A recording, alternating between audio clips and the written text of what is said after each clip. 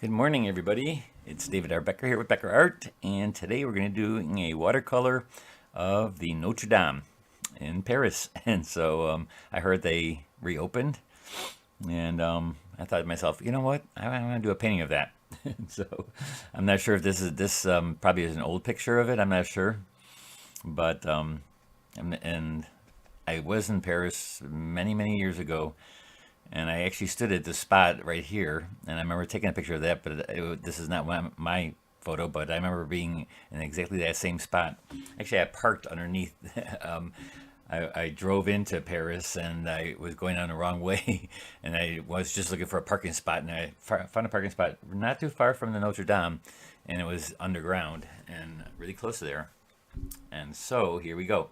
And so good morning, everybody. Hopefully you're here again because it's 8:30. I decided to start half hour earlier. Like I have my 6:30 on Thursdays, but I thought 8:30 is a good time for the East Coast and Central Coast or Central and Pacific. I thought 8:30 is a little bit better than 9. And so here we go. So what are we going to do first? We are going to do our lights, right? We're going to do our light areas first. And please ask questions if if you need to ask me a question. I will look up every once in a while and see the chat. So we're going to be starting with the lights. And this is an evening shot, but we're still going to start with the lights. And what that means is I did put a little masking fluid down and like the light areas. I put little dots for the lights so I don't have to worry about them. And so I could do that with white paint too, but I decided to use masking fluid today. I am working on just a single sheet of 300-pound Stonehenge Aqua, not a board today. I should have glued it down, but I didn't. And so we're gonna start with the building, and with the Notre Dame. And so because we're gonna do darks around it, and same thing with the areas of light in buildings back here and stuff. I'm gonna get the color, basically the central color of that. And so I'm going to use kind of a beige, and so I'll go with an orange and a little lavender to dull it down, my orange. And that'll give me a little bit of a beige color, maybe more reddish orange. Lavender, I swear, is like the magic color. You can just use that everything. It always makes it look good. And so I'm going to go here, and I know it's working kind of small and detailed, but that's the only thing I have in my light area is my details. So I'm just going to go in here and get my lights. And I go into the background. That's fine if I go a little bit into the background because I'm putting darks around that. And so I'm just going to come in here, make it a little bit darker. In the rooftop, I don't have to worry about the rooftop. I don't have to worry about my lights because I put in masking fluid. So I'm using lilac and lavender together with the orange to get my like little beige colors. And I made it a little bit warmer than it is. I mean, it's pretty gray. If you look at it in the picture, it's pretty gray. And so I like to give it a little bit more color than gray. And then there's the rooftop. I'm going to go right into the rooftop. The steeple here, make it really light, maybe make that a little bit more orange. And this is why you do light to dark in watercolors, because you're going to go back, and so I don't have to worry so much about the line work. Later when I do the darks, I can worry more about that.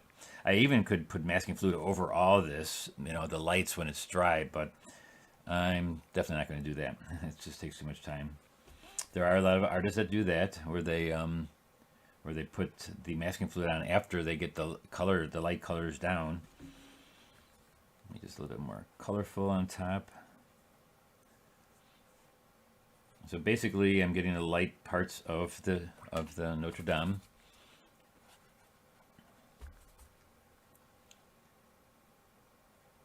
And I'll maybe go in there with a little white later on, with actually pure white. Maybe some jaune number 2. It's like a pinkish, dull pink, flesh tone. And I know this is going weird because I'm not doing large areas, because my light area is not large, and so I'm pretty much doing the lights, but it ends up this time that they're small. It's more of my details, and so sometimes that just happens. Like you don't have the large lights like you do when it's daytime, and so, but you do have to go light to dark, and so this is the one time when I'm going light to dark, and I'm doing detail at the same time. Still, step 1 is the lights. That's more important than anything, is that I do the lights. Good morning, Mike. Again, I have to go down here a little bit. Morning, everybody. Morning, Gigi, Ann, and Karen. And Gigi, you are on the list for Florida. And actually, I don't have any more spaces, so if you are going to get into the, anybody wants to get into the Florida Volano Beach workshop, I think I only have like 2 spots left, so if you are doing that. Then also I got my, the one at the Villages, so that's another one in January. There's 3 different things in the Villages. And so down over here, we're going to get some of the colors of tan over here. This is like the light bright over here, the buildings, and the street itself. You know, you're going to get just the lights, and it's more of a tint. It's a tint of color, basically. And I know this is kind of like so different from how I normally paint, but sometimes when you do an evening scene, and this one could have been done on black paper too, I thought, but I'm going to stick with white paper for this time.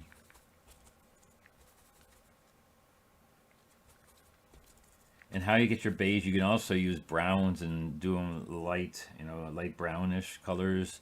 I don't actually have brown in my palette, like sepias or umbers. I don't have any of those in my palette because I make all my with purples and oranges is how I make my browns. And then I can lead it more towards, you know, a certain value of orange or brown, or make it more purple. Purple and orange make a really nice brown. I do have this brown right here. This is a Mislone brown, which is kind of like a brown red purple, but I don't need that right now.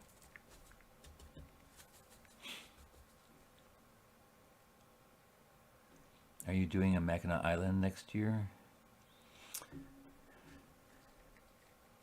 Mackinac Island, I haven't been in Mackinac Island in a while. I did take a trip when I was just getting out of art school. I took a trip around Lake Michigan, and I got stuck actually near Mackinac Island because my muffler fell off my car. But I'm not sure if I'll be getting up to Mackinac Island next year. I'm hoping to do a plein air event in Traverse City. Hopefully I get that to that area.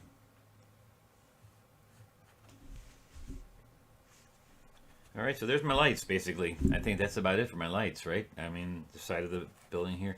And in the water, I can do that later, because that when I'm doing the dark.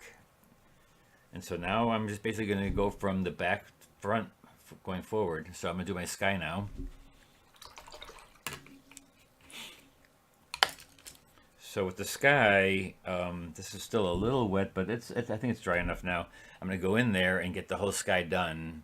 And I have to go around the building, around the Notre Dame, because I don't want to put masking fluid there, which will be a little bit harder. I mean, it's going to be a little bit harder doing it that way, but this is The only way I can possibly do it right now.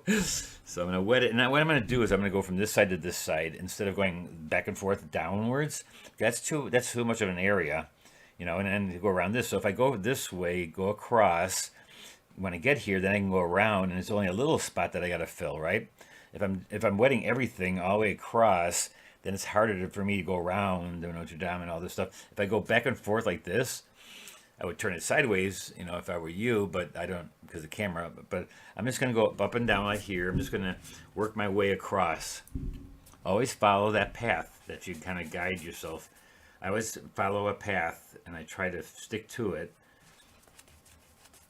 Because you don't want to do a big area and then be able to try to get the hard edges. And so make a path that makes this easier.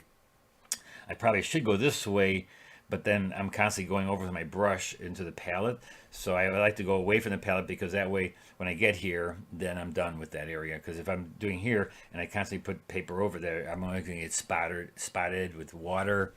And so I'm just going to start over here. And I know that the clouds are going this way, but we can kind of deal with that. Deal with that easier than if I was going the opposite direction. And I can go right over these trees because these trees are darker. Now I do have to go right here, just wet on this side of the building here. Okay, so it's nice and soaked now. And so on the top part, I'm gonna go with the light parts first.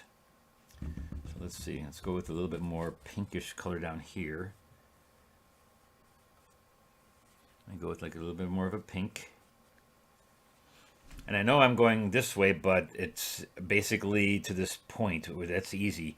And then when I get here, I have to work with what I got there.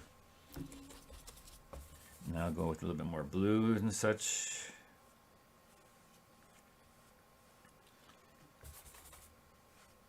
So this is a big area, so that's okay because it's going right up to the edge of the building. So that's good. I can handle that. And I'm going to get some blues in here.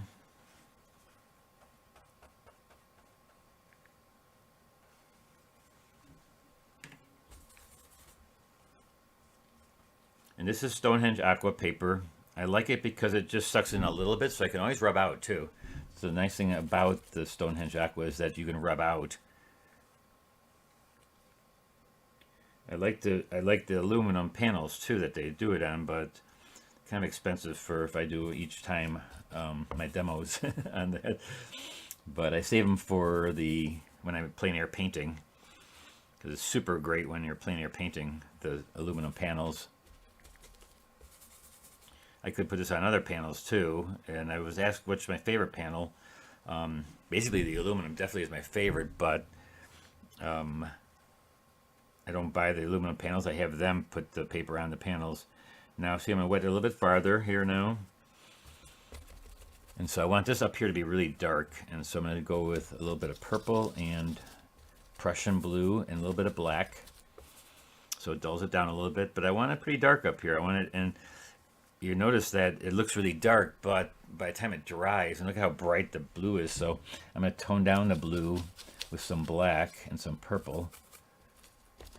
And so I've got to get a lot of pigment in there so you get that nice and dark up here. And again, make it look 20% darker than, oh, look at this, rough this up. Oh, I erased something there. And so I must have ruined that paper right there. So I'll put a little cloud over that. All right, now I'll head it over here and wet this a little bit more now.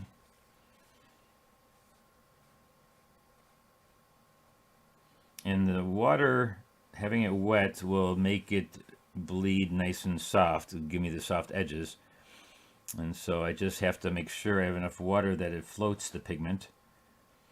And I have to have enough pigment to make it dark enough too. So it's a little bit harder than if I put masking fluid down to go around this like steeple here and stuff. But so now it's wet. Now I'm going to go in and get a bunch of pigment and then just let it float in here.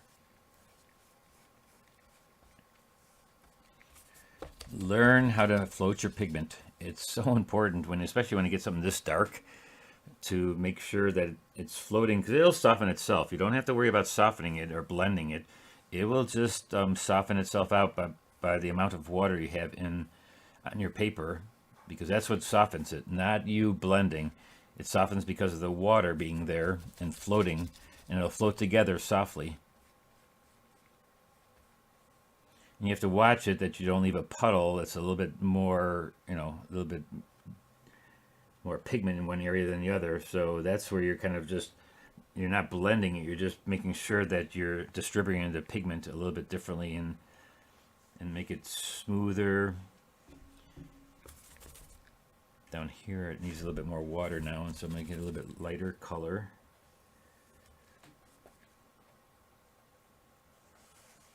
So I'm just working it, and it is kind of, you know, more detailed, and so I do have to hurry a little bit. I'm going to put a little bit of this light blue, float a little light blue on top, which is like, I know it's opaque looking, but it's just making it a little bit lighter.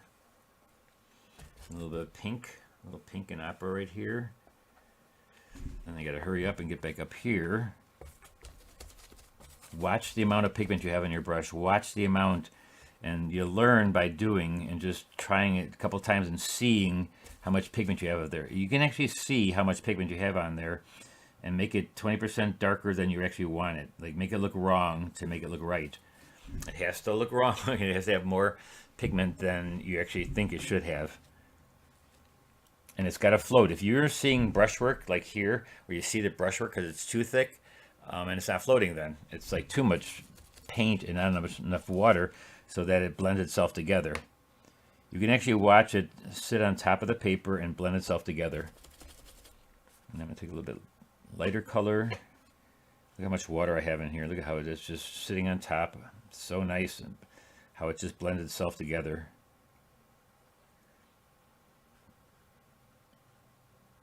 That's the part I always teach in the beginning of my classes, is how to use the watercolor correctly so that you can let the washes soften themselves. You don't have to soften the edges. Now I'm going to put a darker edge in here because I'm using a lot of pigment, hardly any water in my brush. It's pure pigment almost in my brush. So I can get another like little cloud in here. That's just controlling the pigment against the water. Now this is kind of an odd shape right here. So I'm going to just wet it a little bit, and then say I put more water down than it's there, and that's a bad thing. So always make sure your brush is never wetter than the surface. Otherwise you're gonna get watermarks. So I'm gonna like suck it into my brush again, and then put pure pigment. Replace it with pure pigment. You know, I sucked up. It's still damp, and so I'm gonna use pigment to put back in there. If there's more water than what's down on the paper, you're gonna get watermarks. And here, that was drier right there, so that's just going to be a hard edge. So now let's bring it over here. It is, you know, it's not an easy thing to do.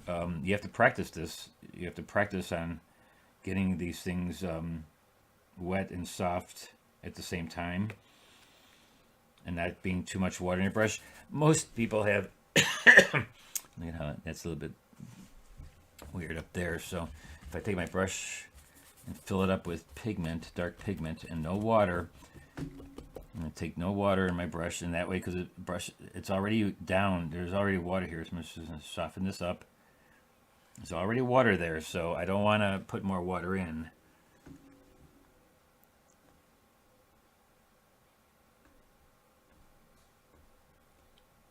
Do you have a pattern like Thursdays? I'm not sure what you mean there, Cindy. Perfect subject for today. Do you have a pattern like Thursdays?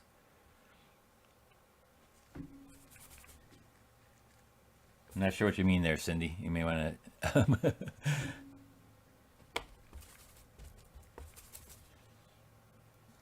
Okay, so there we go. I think that's pretty decent here. Now this is dry here. This is like, I don't see a shine there anymore, so I got to stay away because that'll be dark. That'll be wetter than the surface. My brush will always be wetter than this because I can't make it that dry. You know, my brush cannot be that dry, and then I don't have the floating pigment. So that's going to be, that's it. You know, If I want to go back in this area, I have to wait till it totally dries, and then I re-wet it, and then pile it on top of there into the wet surface. This is not the best right here, but I can't do anything about it right now because see how dark it is on one side and not as dark on the other? And I think that's about to dry. And so that would be like a dry brush then. And I'm just going to leave it dry and see what you get there. Later on, I can go maybe back in there. But see, sometimes it's hard when you're going around stuff like that, you know, so that's one of those things. All right, so let's go down to the water, because then I can do the water, which is the next darkest. Is this like middle tones and darks, right? So then the sky is going to go right into the water, and I've got all these little reflections of light. And I'm going to opposite this one. This one in the picture is light right by where the part of the bridge goes into the water. I know it's lit up a little bit right there, but it's so bright, it kind of looks opposite of that. So I'm going to make that dark and then go next to it, make it light. And so I'm just going to wet this area. I'm going to wet the whole area of the water. And I can go right into the bank here, right into the wall, the seawall. I can go right into that because that's going to be darker. So now I'm just going to go and get the water. And I'm going to use the same colors from the sky because that's what they would be anyways. It would be the same colors that you're using in the sky. On the bottom would be darker like that. And I'm going to rub out those little lights that you see that are coming downwards. I'm just going to rub those. I'm going to rub those out. And again, more pigment on the bottom to make it darker. And it doesn't look like that in the photo so much, but I've painted enough water to know that it's opposites. Like this part is dark, so that's in the bottom. And as I go over here, it'll be a little lighter. And also lights from the sky. I mean, the lights from the streets and stuff, that'll be in there too. We'll go with darker first here. And then we're gonna start with that pink that I had through here.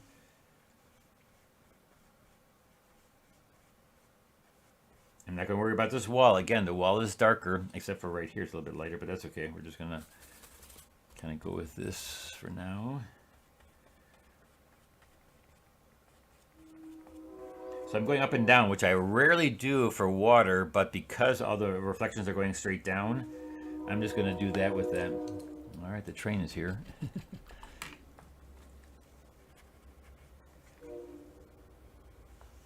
So see, I'm just going to take my small 1/2-inch brush, and I'm just going to play with the lights up here.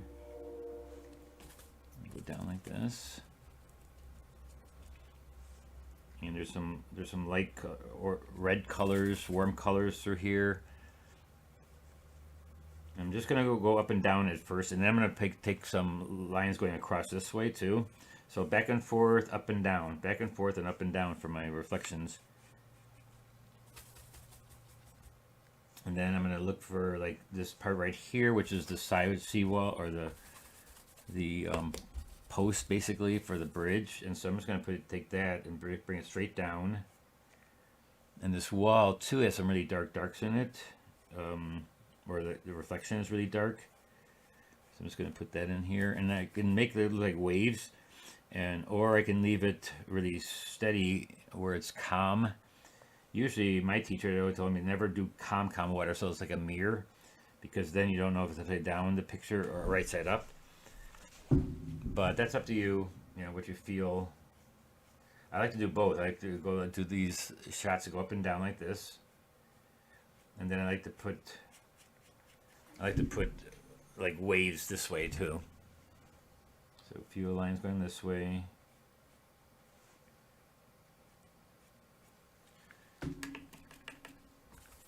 Use some lighter colors, like for the back here, the orange, that's going to reflect into the water, because this is like going to be a lot of warmth back here. There's going to be a little warm like this, and so I'm going to put that into the water. There's a lot of blue right here. It's all wet. It's all basically wet in the wet too, so keep it wet in the wet.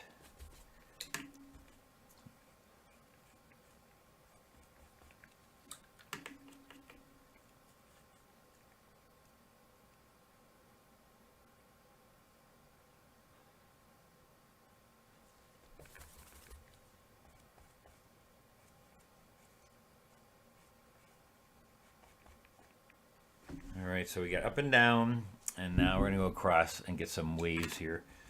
And I'm gonna just pull out some of the paint next to the pillars here. And I'm gonna go across with the darks across it.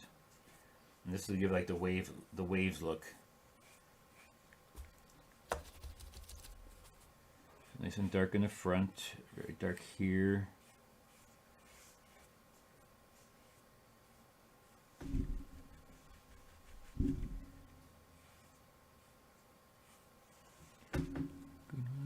Perfect subject for today. Do you have a pattern like? No, a petter. Sorry, but a picture you took it from.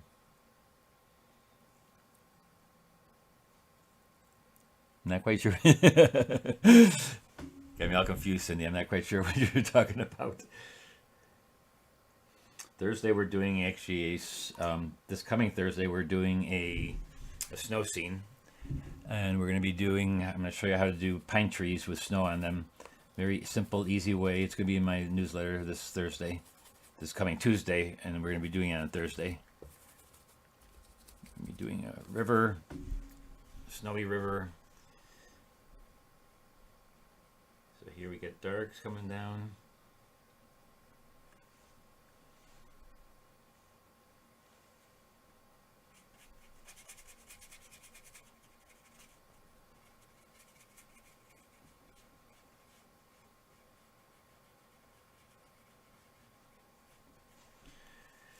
All right, so there's my big area of water, basically. Maybe the edges are really nice and dark, so I'm going to go in with a few darks in there. And when you're doing water, always make your brush either go up and down or left to right. You know, no sideways. It always has to show level. So when I put these darks in here, I'm just putting them level. Everything's got to be straight, horizontal. My brush work, it can be going uphill like this. I can go like this, but my brush has to be, you know, definitely level, parallel to the water, even horizontal. I mean, not vertical. So now let's get our big trees in here, our dark trees. Well, let's do this wall here first. That's a big area. And it's a little bit lighter than the bridge here on top, so, and a little bit warmer, so I'm just going to go in here. I can go right through the bridge.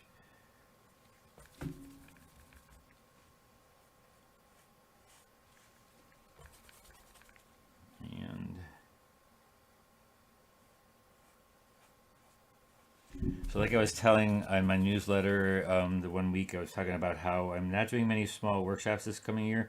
So if you do want to take one of my workshops, there's only going to be a couple places you can take me next year in 2025. And they're going to be big ones. They're like the Santa Fe one, Dillman's. What else we got in Florida? And that's going to be about it. Everything else is going to be I'm going to do those. I'm going to be down in Cayuga also, but that I'm not teaching down there. I'm just going to go there to paint. But I'm doing a lot of the work, or the events, the plein air events. So that's what I'm kind of focusing on next year. And also a bunch of things like writing my book, like I was talking about.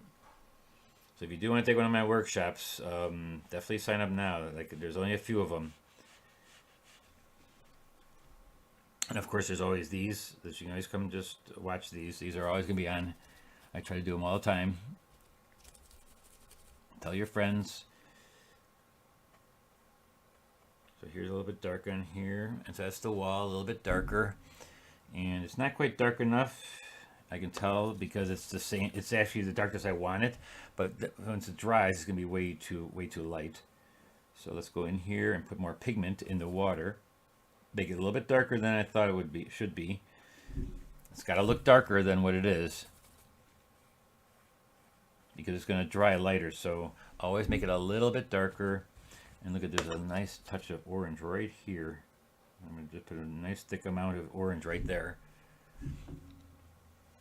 Same thing back here. I'm just going to make that a little bit orange. A little texture in there. Work your wet washes. Get them all done. Get them all looking nice. Now there's a bunch of little orangey light colors in here.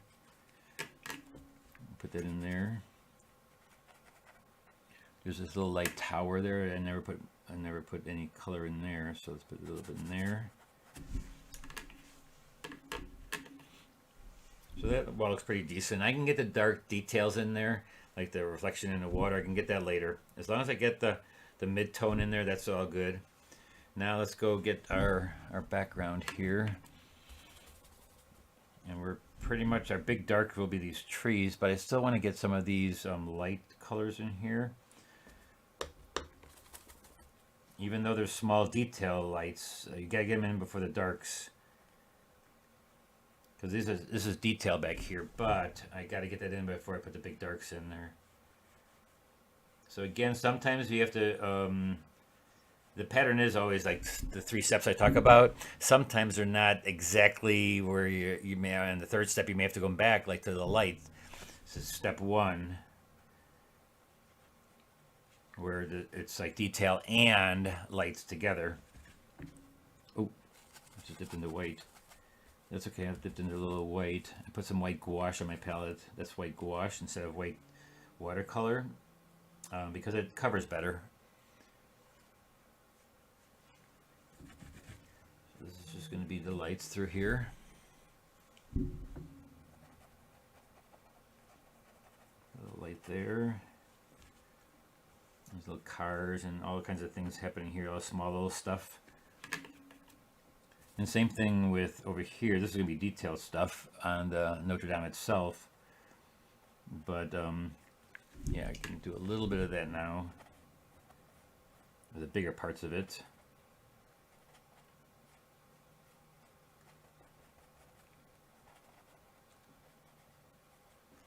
And you can also, you know, when you're doing this, you can spend more time than 1 hour. You don't have to, just because I do it in 1 hour doesn't mean you have to do it in 1 hour. I got a lot of people who always want to do it really fast, but don't worry about the timing that you're doing it at. That doesn't matter at all, how long it takes you to do this. I do it in 1 hour because that's what I do for the videos. But when I'm working in my studio, I don't sit there and make sure I get it done in 1 hour. All right, now let's go get our trees in there. And the trees are gonna be nice and dark, and I'm gonna wet it as I go along. So I'm just gonna take any color here. I'm just gonna put that down, the water, and then I'm gonna float pigment into that area. And I'll use my small round or my bigger round brush. I'll use my round brush because I'm like drawing at the same time. And you know, they're green leaves, so I can make them a little bit green, but really dark green, more blue actually. A little bit of brown in there to dull it down. And because the sky is going to reflect a lot into the color of the tree. And there's a little bit of green and yellow.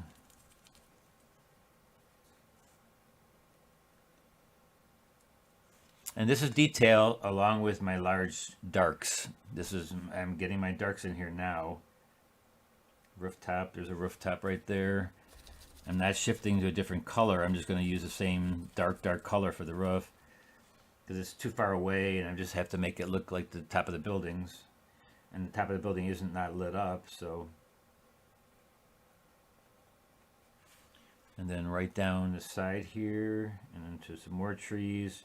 And I'm making the trees hard edged, even though this is really light right here. But that's okay. If I feel that's a little bit too light later, I will put a wash over it a little bit. Now there is a little bit of glowness, a little bit of glowing right here where the trees hit the lights. So I can put a little bit of orange there. And I can make them soft edged by wetting it.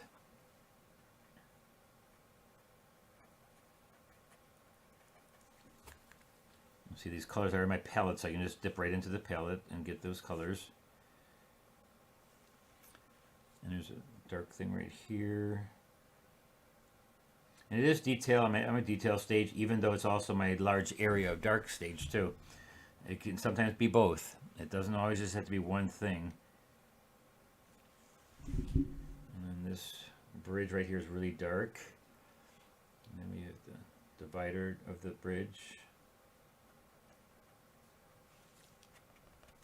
I definitely have walked across this bridge before. probably one of my favorite trips of my life is that I went to Paris. I actually, for a month, I went to Europe, and I just rented a car, and I asked somebody in the school if they want to go with me, and so Bridget and I just went and traveled all over Germany, France, Paris. Boy, what a great trip that was. So here's nice and warm. So see, I'm kind of making a detail, plus I'm doing a big area of darks too. Like this is a tree. So I'm kind of doing my nervous twitch, the nervous twitch where you're dotting it. And then by that time it's wet, right? And once it's wet, then you float other colors in there. Like on the bottom here, I'm going to put a little bit of warmth to it because the lights shine into the tree, warm. Then you can get a little bit of green in there too to make it look like it's tree leaves. And then when you get over here, it looks like it's really dark. This is just really, really dark. And for that, I'm just going to go into black, put some of it just really, really dark black. Especially right here, it looks like it's really dark.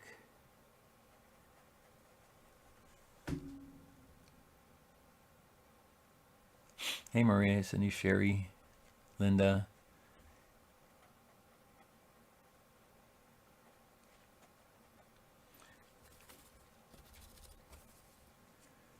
So this afternoon I got to get dressed up because I'm going to a Christmas party for the Main Street, Lake Zurich, where I teach in Lake Zurich. The teachers are all going to be there, and we have a little Christmas party. So that'll be fun. Here we got a bunch of cars and stuff, and here's the bottom of the bridge.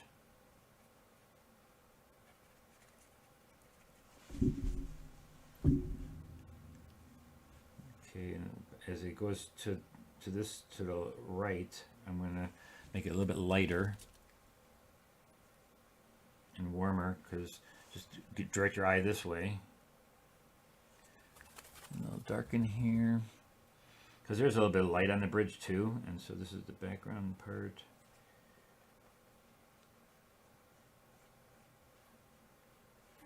Then there's a shadow right here.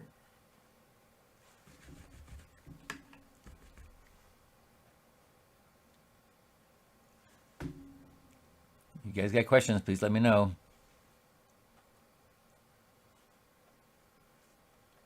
And I'm going to put this right into the water too. I'm going to reflect right into the water right away.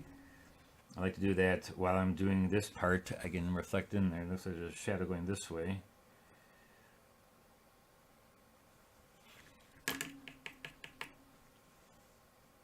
So what the photographer did in this picture was leave the shutter open a while, so that makes things fuzzy. And it really doesn't look fuzzy. I mean, that's not the way it actually looks. It would look more harsh and not so blurry, because the water's running, and so it looks blurry then because he kept the shutter open at night, and so it makes things blurry. But if you're actually there, it wouldn't look like that. It would be more harsh, and there would be harder lines in the water, basically. So that's what I'm going to do. I'm just going to put harder lines in there. I'm just going to make waves too. They're not blurred. The waves are not blurred. And so I'm just taking in what's ever up here, taking it down here, and then putting waves in there. So I'm working from left to right so that when I get over here, I'll be done with this area. So I don't want to go back into this area again. Well, you can get detail over there, but you try to get things done so that you don't have to go back into those areas. Now here's really dark down here. There's a little box of some type right here. And this is really dark, so I'm going to get some green in there and a little bit of everything again, because I ran out of this color that I mixed. So I'm going to go again, make a little bit more of that color.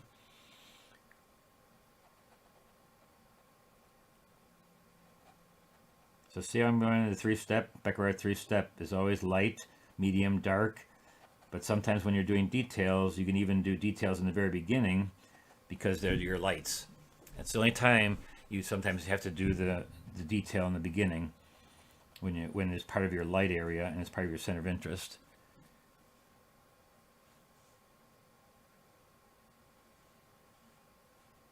And always, how detailed you want to make things, that's up to you. I make it more impressionistic. If you want to make it super hyper realism, then make sure your drawing is really, really good. And I put a little warmth in this area here too, like the sun's or the lights hitting the tops of the trees. Looks like there's a little bit of that in this right here.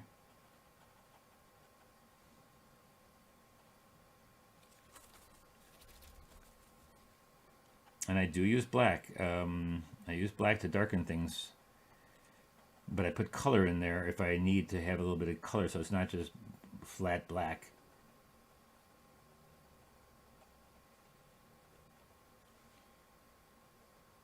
So here's a little sculpture thing, tower thing here, a little monument behind the church.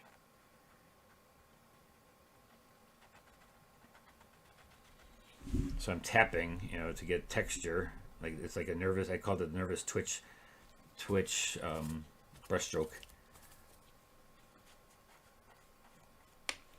And then it looks like there's leaves that come down this way over the side of the wall here.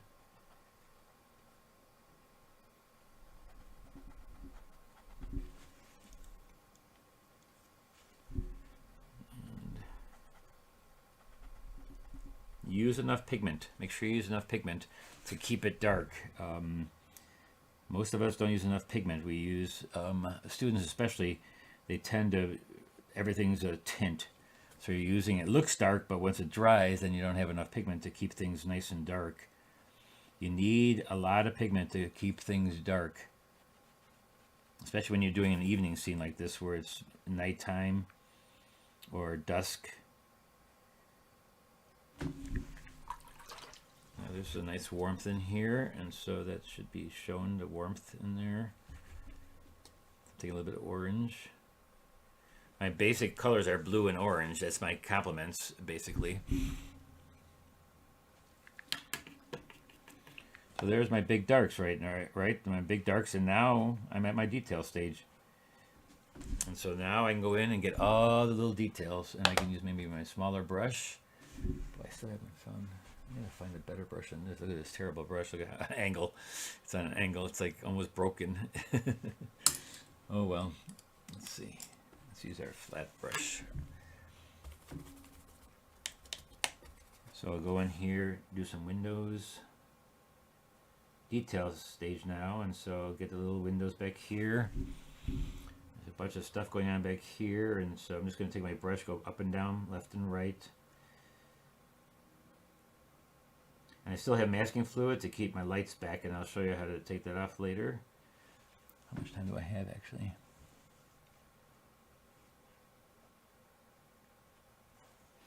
All right, let's get our Notre Dame done here, because we just do the darks now of the rooftop. It's kind of a gray rooftop, and let me get these windows right here. And the bell tower here.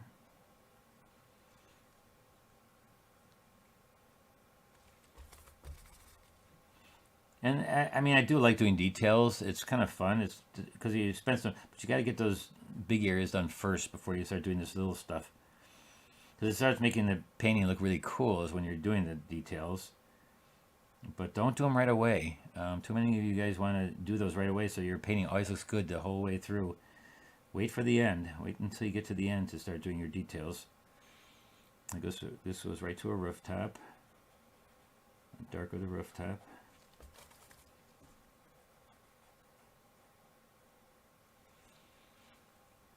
And I'm going to try to make it close, but if I'm doing it exact, you know what it is. I mean, you know that this is the Notre Dame. If I give a couple windows off, you know, that's going to be okay for me. I don't mind that. There are some that want it really, really tight, but it's kind of far away too, so it's not that close up. Now I'm going to get the light effect. Windows.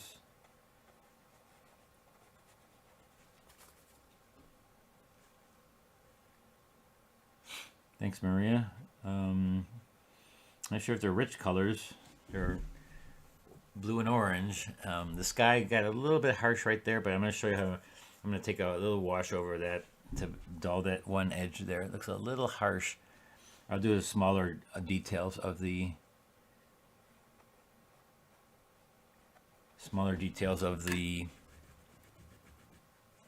clouds.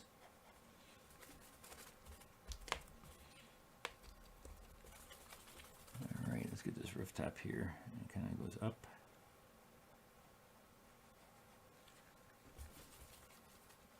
I heard that the renovations looks really amazing on this church because of the fire that they had.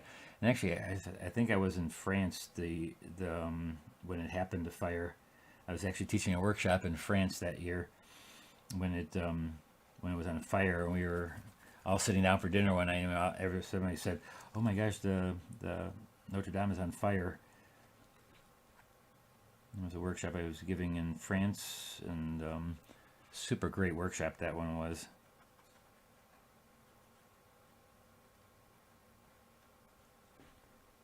Just nice little details in the church now, and I'm not getting super detailed, but enough to make it look nice.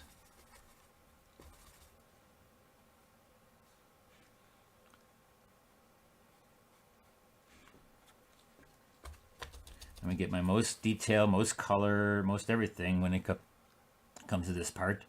This on the side here.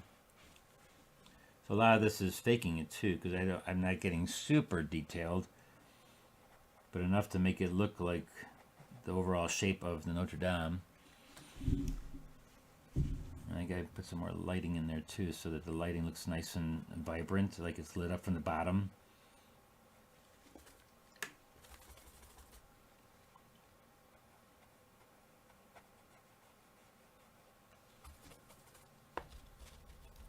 And before COVID, I used to do a workshop every year in Europe. I haven't done one since then, since COVID. I may start again. We'll have to see. Maybe next year, or 2026, I'll start maybe again.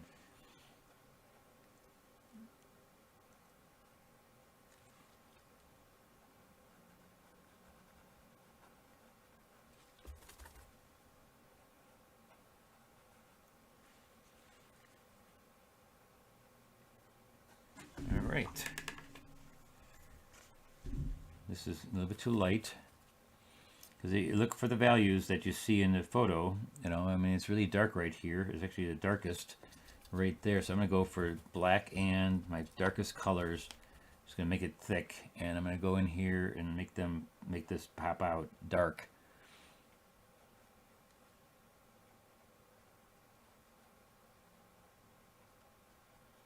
You need a lot of pigment when you want to go really dark. You got to almost make it like it's almost oil painting, but still floating. I mean, you still have to have it floating, so it sits there and has that look of transparency. This part's a little bit darker. Now overall, this is like a grayish, warmish gray. And so I'm just kind of going to go in here and just kind of darken that a little bit, a little warmth. And there's some circles and rectangles and shapes and stuff, so you can get that now.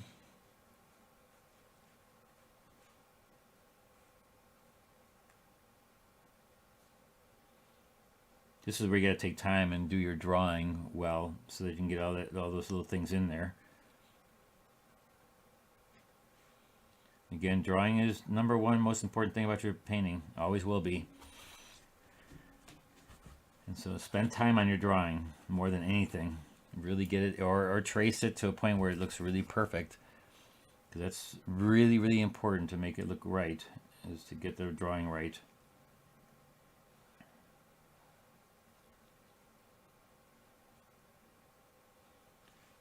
And you did hear me right. I did say if you have to trace it, I mean, I don't care what you do, you have to get it right in the drawing. That means you got to trace it to a T. There's many artists that do it that way. They basically trace everything. You still have to paint it, so but painting something that is not drawn well, it's not going to make your painting better.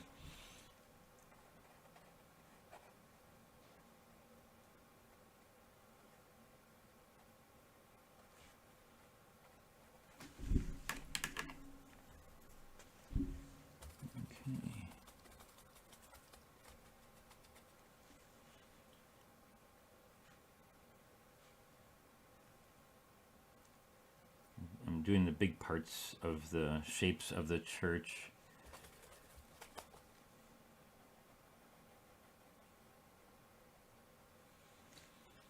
I'm sure there's going to be a documentary about the rebuild. I can't wait to see that.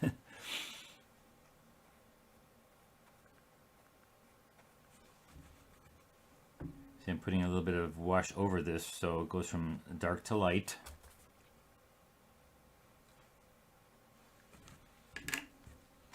Because it isn't super light. It's just hints here and there that are light.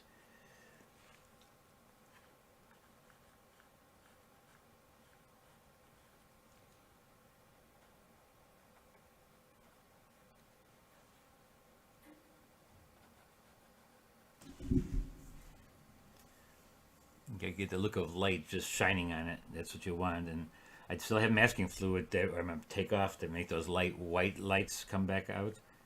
They'll come out really nicely. This is the side.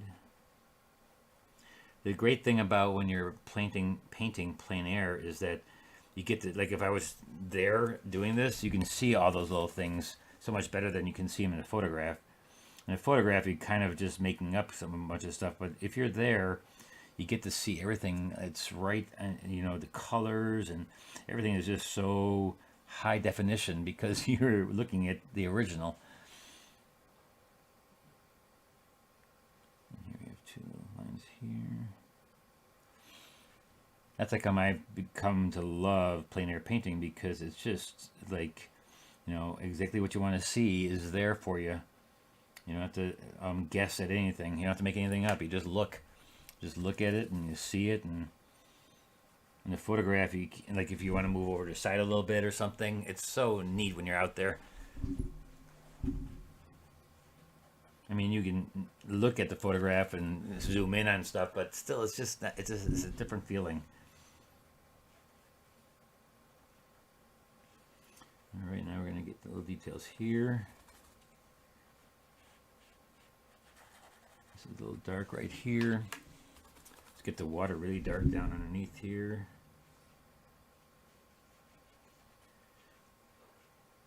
And this is like this branch or the trees and stuff. I'm going to put that into the water. This goes a little bit darker down here. Actually, it's going to be a little bit of this, but it's still the wall being really dark. You know, this is the wall really close right here, the wet part of the wall, but I'm just going to put a little bit of that dark from above into there.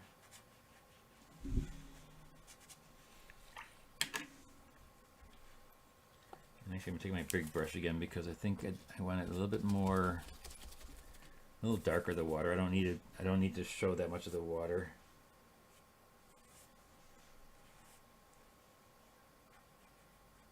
Just doing it a little larger. And the wall doesn't have to be that important either. I'm just going to blend it into the background here. We really don't need to see that to be so clear on the corner there. I'd rather see it soft edged and out of focus.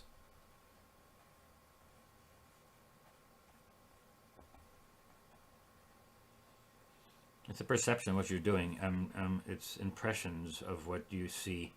It's not a photograph of what you see. It's an impression of all the things that you see. Once you get that in your head, that's what I want you to start thinking.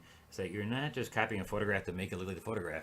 You're making a painting that's supposed to look like your kind of style, and it should look like a watercolor because I'm using watercolor. So use the watercolor techniques that make it look neat.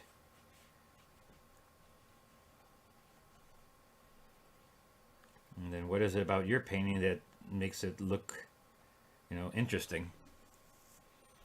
Every artist has their own kind of different ways of making things look like, you know, the painting. Some are doing it hyperrealism, some are doing it very loose, some are doing abstract.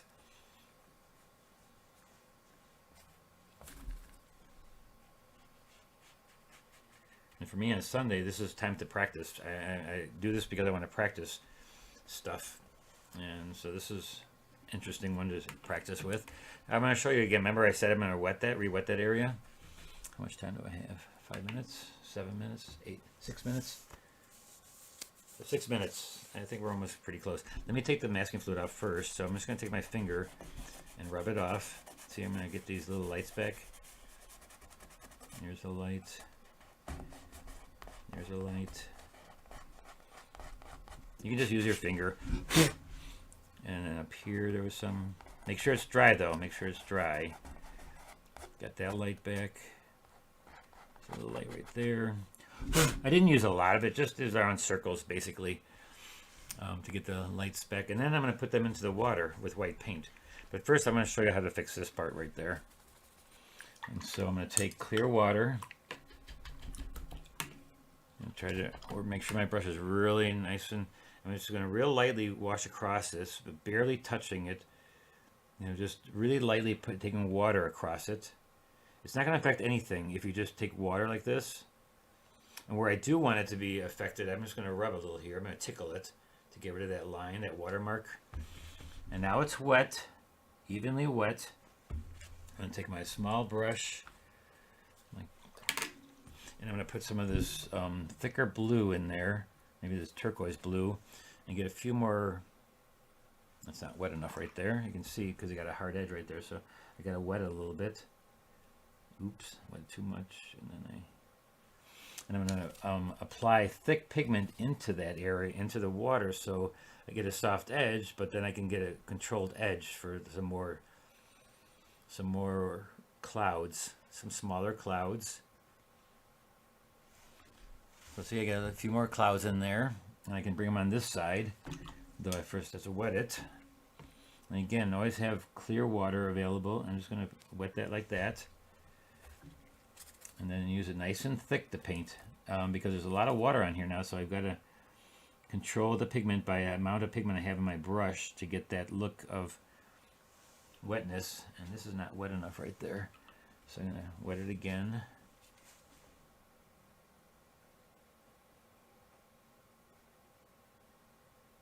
You can tell how wet it is by looking from the surface from the side, and if it glistens, then you can, you know it's wet, and you can flow pigment into that. And it can be a thick amount too, because then it'll give you a soft edge. So I'm doing little blue clouds. I'm going to go up here a little bit darker, go some with some darkness for some dark clouds here.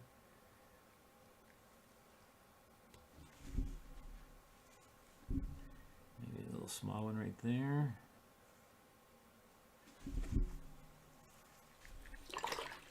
All right, the final thing would be to, 3 minutes, is to take white paint. I'm going to use gouache.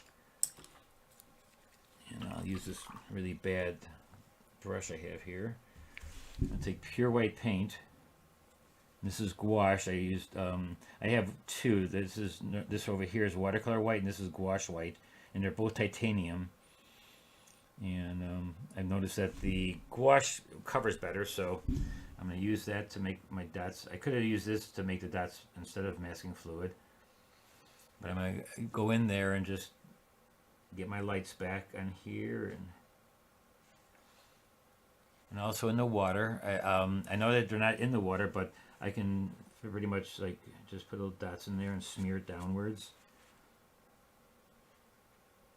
Like that one, I just smear it down. And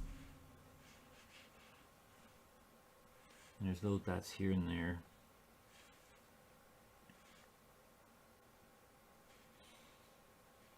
And you can also put color into it too, so it's not just pure white, but pure white is fine for now.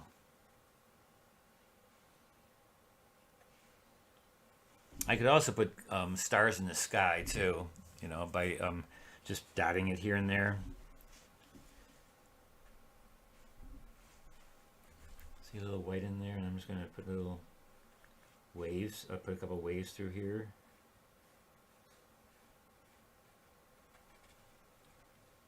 And that's just solid white, just white.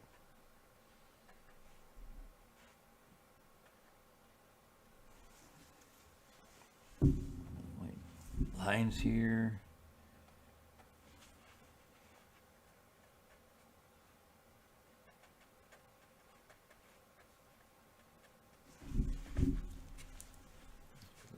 back and forth this way too. All right, I think that's pretty much it. 9:30, so I have to be done. All right, guys. So there is your nocturnal. That's my nocturnal, and I am going to put some little clouds in the sky with my rigger. I mean, not clouds. Put little stars in the sky here and there. Very small with my rigger.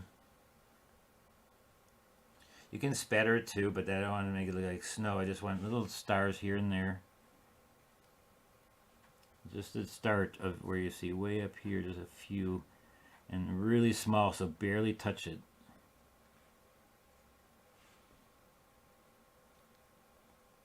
And there's your sky. All right, that's it. Hope everybody has a great rest of the weekend. Plein air painting is also a record of your experience in that place, and when you see the painting, it takes you back to what you saw and felt in that place. Such a wonderful way to make art. Yes, Maria, it is definitely. Thanks for mentioning that. It's very good. Yeah, it is. You know, because you have a record of it then too, and you have photos and you have a painting of it, so it's super fun. All right, guys, and if any more questions on this actual painting, just put it into the description and just ask away, because I will answer it even in the after this is done. And we'll see you on Thursday, where we're going to be doing a snow scene. All right, until then, have a great week. Bye bye.